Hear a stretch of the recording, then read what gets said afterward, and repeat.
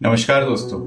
आज की वीडियो पहले मैं वोट चोरी पे बनाने वाला था, पर जब अपने देश में लोगों को सांस लेना ही मुश्किल हो जाए तो वोट का क्या ही मतलब। हमारी कैपिटल सिटी दिल्ली में हवा लिटरली जहर बन चुकी है और सबसे बड़ी बात कि लोगों ने अब फाइनली आवाज उठानी शुरू की है, जो कि बहुत अच्छी बात है। वैसे ये वीडियो काफी इंफॉर्मेटिव और नॉलेज से भरपूर होने वाली है, तो प्लीज एंड तक जरूर देखिएगा।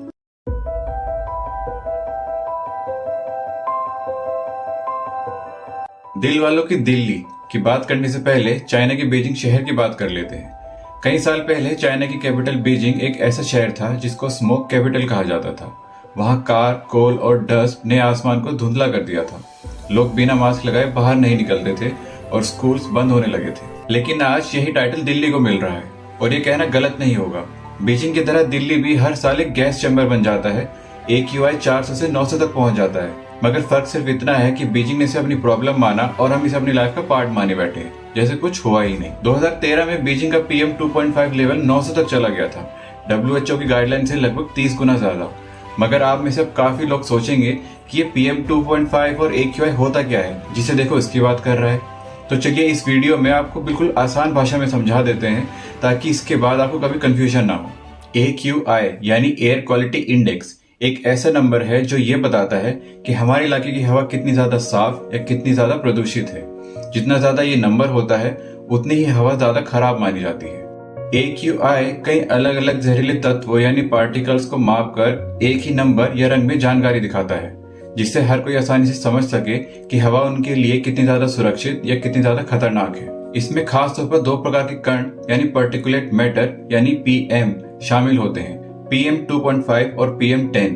PM 2.5 बहुत बारीक धूल के कण होते हैं, 2.5 माइक्रोन या उससे छोटे, जो सांस के जरिए हमारे फेफड़ों और यहाँ तक कि हमारे खून तक पहुंच सकते हैं। वहीं PM 10 थोड़े बड़े कण होते हैं, 10 माइक्रोन या उससे छोटे, जो सांस में जाने से इंटरनल ऑर्गन्स को नुकसान पहुंचा सकते हैं। ये दोनों पार्टिकल्स दिल्ली जैसी जगहों पर हवा को बिगाड़ने के लिए ज्यादा जिम्मेदार हैं, जिनकी वजह से सांस लेने में दिक्कत, खांसी, जलन के साथ साथ और भी सीरियस बीमारियां होती हैं।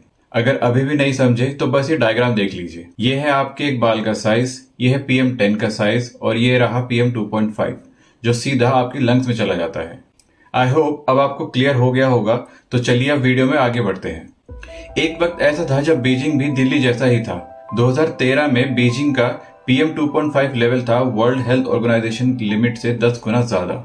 लेकिन चाइना ने पॉल्यूशन पर पॉलिटिकल ब्लेम गेम्स खेलने की बजाय बड़े और ठोस कदम उठाए। 2000 के बाद उन्होंने एक वॉर लेवल कैंपेन स्टार्ट किया। कोल बेस्ड फैक्ट्रीज बंद की गई, नेचुरल गैस पे शिफ्ट किया गया और 11 मिलियन टन कोल का यूज कम हुआ। एयर क्वालिटी मॉनिटरिंग को सुपर एम्पावर्ड किया, सैटेलाइट मॉनिटरिंग और ग्राउंड सेंसर से रियल टाइम डेटा, जिससे हर एरिया की असली हालत सामने आई। सॉरी गलत वीडियो प्ले हो गई। उन्होंने पब्लिक ट्रांसपोर्ट को एक्सपेंड किया, बाइक्स और इलेक्ट्रिकल व्हीकल्स को प्रमोट किया गया, ऑड इवन नंबर पॉलिसीज लागू की गई और सबसे बड़ा बोल्ड स्टेप जो उन्होंने लिया वो था car licence lottery system.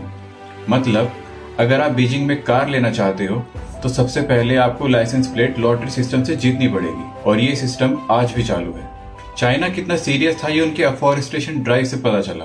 12 provinces में करोड़ों पेड़ लगाए गए। सिटी के नॉर्थ बॉर्डर पे एक ग्रीन वॉल बनाई गई ताकि मंगोलिया से आने वाला डस्ट स्टॉर्म को रोका जा सके। और रिजल्ट 2013 से 2022 के बीच चाइना का पार्टिकुलेट पॉल्यूशन 41% तक कम हुआ। बीजिंग ने दुनिया को दिखाया कि अगर पॉलिटिकल विल हो तो हवा बदल सकती है। जी हाँ, इतना कुछ किया चाइना ने, मगर अब सवाल है कि हम क्या कर रहे हैं। जहां सबसे पहले हम सबको एक साथ मिलके इस पर आवाज उठानी चाहिए, वहां लोग इसका उल्टा ही कर रहे हैं। दिल्ली गवर्नमेंट को डिफेंड करने से ज्यादा उनके सपोर्टर्स उनको डिफेंड करने में लगे हैं, क्योंकि उनको ये प्रॉब्लम या तो पॉलिटिक्स से जोड़नी है या खुद के रिलीजन से। और जो लोग सीरियस हैं और अपने एयर फिल्टर्स की वीडियोस दिखाकर सच्चाई दिखाने की कोशिश कर रहे हैं, वहीं पॉल्यूशन को प्रॉब्लम ना मानने वाले लोग उनकी वीडियोस में जाके उनको ट्रोल कर रहे हैं। और जिन एरियाज में AQI मॉनिटर्स लगे हैं वहां सरकार स्प्रिंकलर्स चलाकर कह रही है कि AQI घट गया है, मगर लोगों के AQI मीटर्स कुछ और ही बता रहे हैं। और गवर्नमेंट को डिफेंड करने में कुछ लोग तो इतने ज्यादा डेडिकेटेड हैं कि उन्होंने AQI मीटर्स को ही प्रोपेगेंडा बता दिया है। उनका कहना है कि ये मीटर्स बाहर की मैन्युफैक्चरिंग है और ये इंडिया को बदनाम करने की साजिश है। मगर सच क्या है दोस्तों, ये कोई मानने को तैयार ही नहीं। AQI का डेटा मैनिपुलेट किया जा रहा है, पॉल्यूटेंट सेंसर्स बंद दिखाए जा रहे हैं ताकि लगे कि सिचुएशन कंट्रोल में है। हॉस्पिटल मरीजों से भरे पड़े हैं, बच्चे बूढ़े सब बीमार हैं और लोग लिटरली 10 सिगरेट रोज पी रहे हैं, वो भी बिना जाने। वैसे आपको एक बात और बता दूं, Chinese embassy spokesperson Yu Jing ने ट्विटर के जरिए इंडिया को हेल्प प्रोवाइड करने की बात की है। उनका कहना था कि चाइना ने भी कभी सीवियर स्मोक का सामना किया था और हम अपना एक्सपीरियंस शेयर करने के लिए रेडी हैं। पर अभी तक इंडिया की तरफ से कोई रिस्पॉन्स नहीं आया। क्या इंडिया इस प्रॉब्लम को खुद रिजॉल्व करेगा या चाइना की मदद लेगा? आपको क्या लगता है, ये कमेंट सेक्शन में बताइएगा। वैसे एक अच्छी बात यह है कि फाइनली लोग अब जाग रहे हैं। पेरेंट्स हो या बच्चे, स्टूडेंट्स हो या एक्टिविस्ट, सब इंडिया गेट पर एक साथ प्रोटेस्ट करते हुए दिखे। लोगों ने तरह तरह के बैनर्स के जरिए अपनी नाराजगी जाहिर की, जैसे कि clean air is our right, I miss breathing etcetera. वो कहते हैं ना, देर आए दुरुस्त आए। मगर इन सब के बाद उन्हें मिला क्या? अरेस्ट और डिटेंशन के अलावा दिल्ली पुलिस ने उन्हें गिरफ्तार कर लिया बिना रीजन, बिना वायलेंस के। मतलब अब आप पीसफुल प्रोटेस्ट भी नहीं कर सकते। और काफी वीडियोस में तो बच्चों को भी डिटेन करते हुए देखा गया है। अब बताइए, जो बच्चे स्कूल में साफ हवा और एनवायरनमेंट के बारे में पढ़ते हैं, सीखते हैं, वही बच्चे साफ हवा मांगते हैं तो सरकार उन्हें अरेस्ट करवा देती है, जो लॉ के खिलाफ तो है ही और मेरे ख्याल से एथिक्स के भी खिलाफ है। वैसे इसी बीच एक आर्ग्यूमेंट भी बड़ी वायरल है दोस्तों। कुछ लोगों का कहना है कि पॉल्यूशन तो पहले की सरकार के टाइम भी था, तो ये प्रोटेस्ट अभी क्यों निकल रहे हैं? मैं उन लोगों को बता दूं कि वो बिल्कुल सही कह रहे हैं।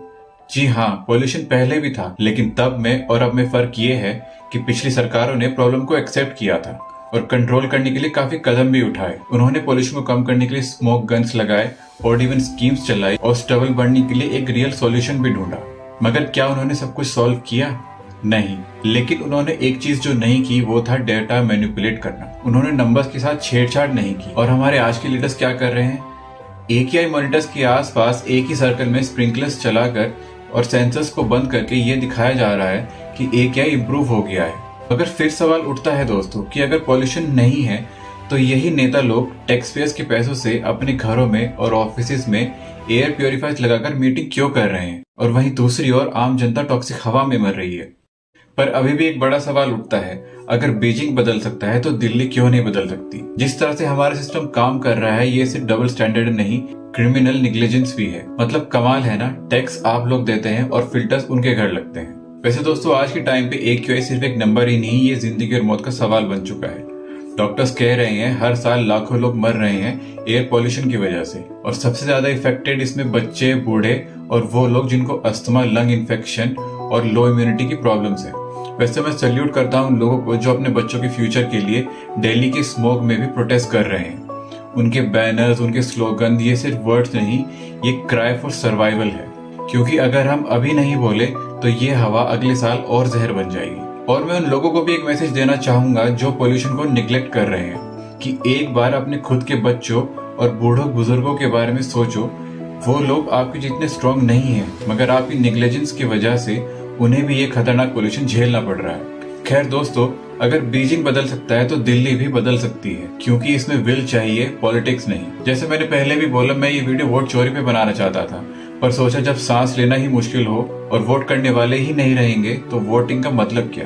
और इस बात को समझे कि क्लीन एयर कोई लग्जरी नहीं है, ये हमारा बेसिक राइट है।